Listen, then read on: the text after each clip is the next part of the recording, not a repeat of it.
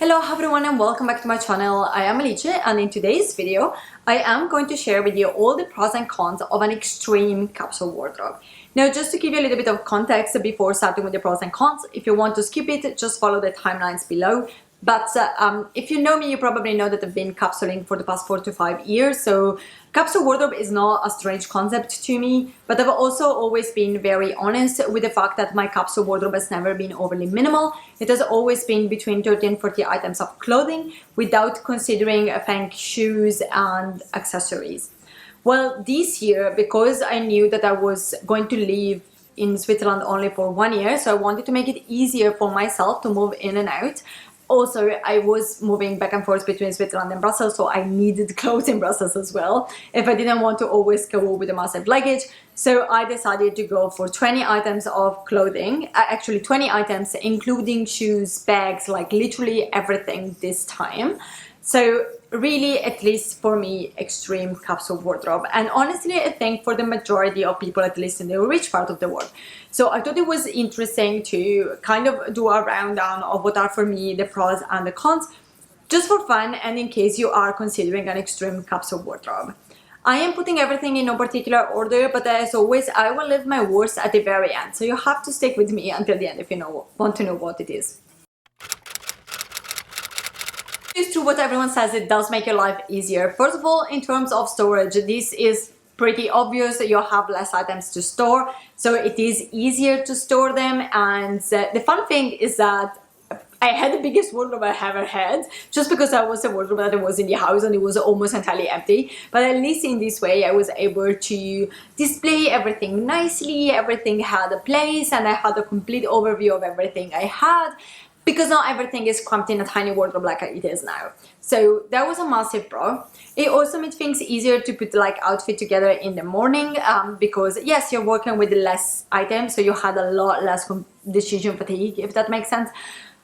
However, I will say that this is only true if you plan your wardrobe well, because of course this is only true if everything you have in your wardrobe mix and matches and you are able to put outfit together with everything.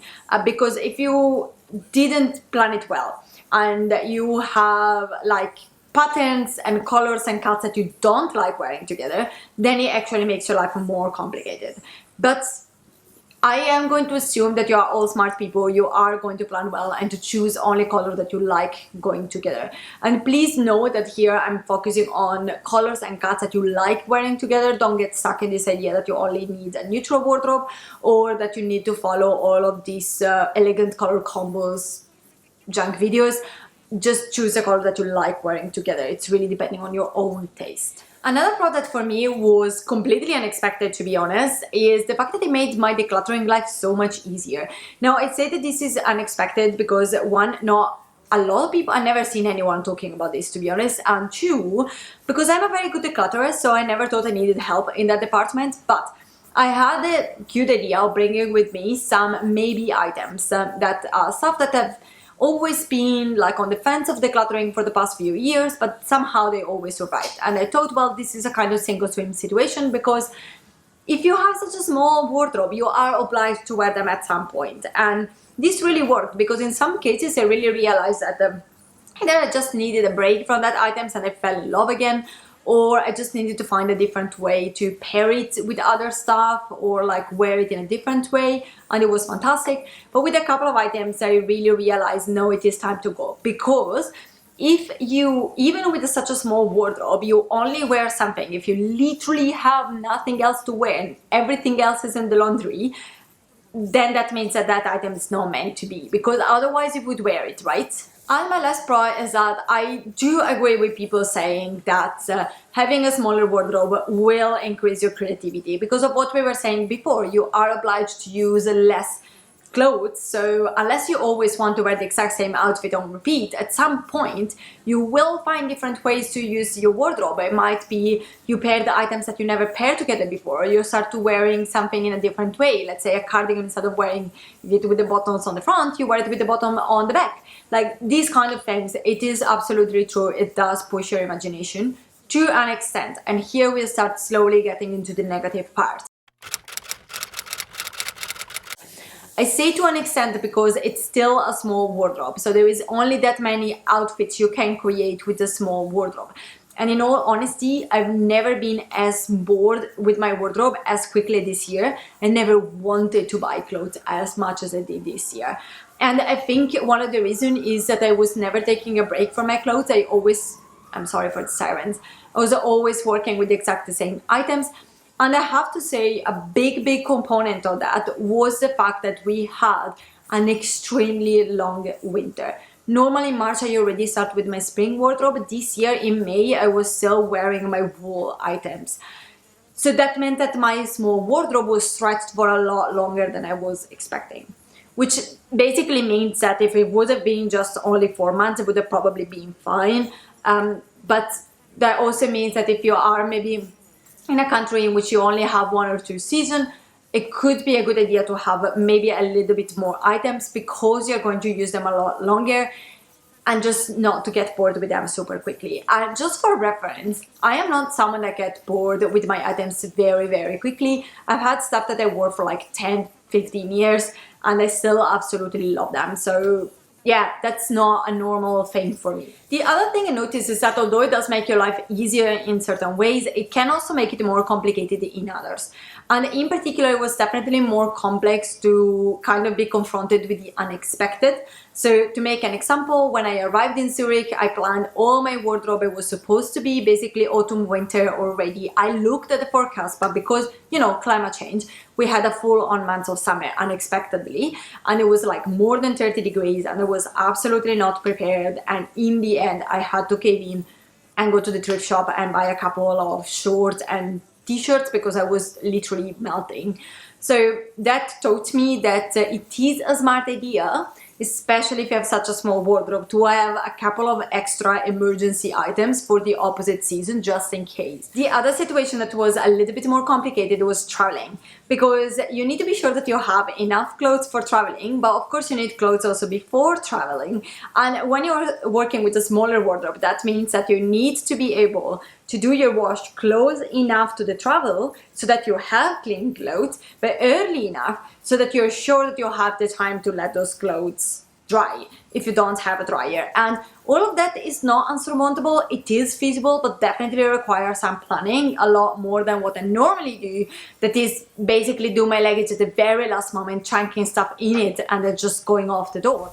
But what was for me the worst part is that the wear and tear was a lot harsher than it normally is.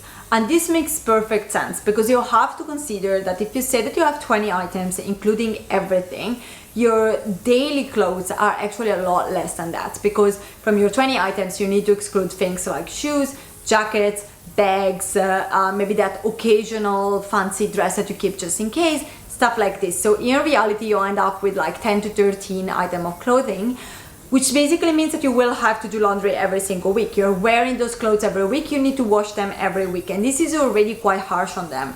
And on top of that, you will end up having the situation, especially if you live alone like I was, in which you kind of need to balance how sustainable you want to be, because on one hand, if you want to be sustainable in terms of, you know, conserving water, energy, etc., you need to fill the laundry as much as possible, which means that you cannot separate the clothes based on light and dark, delicate, sportswear, these kind of things. You have to put everything together, which is better for the environment, but it's not good for your clothes because then you cannot use the right cycle for the clothes and so on.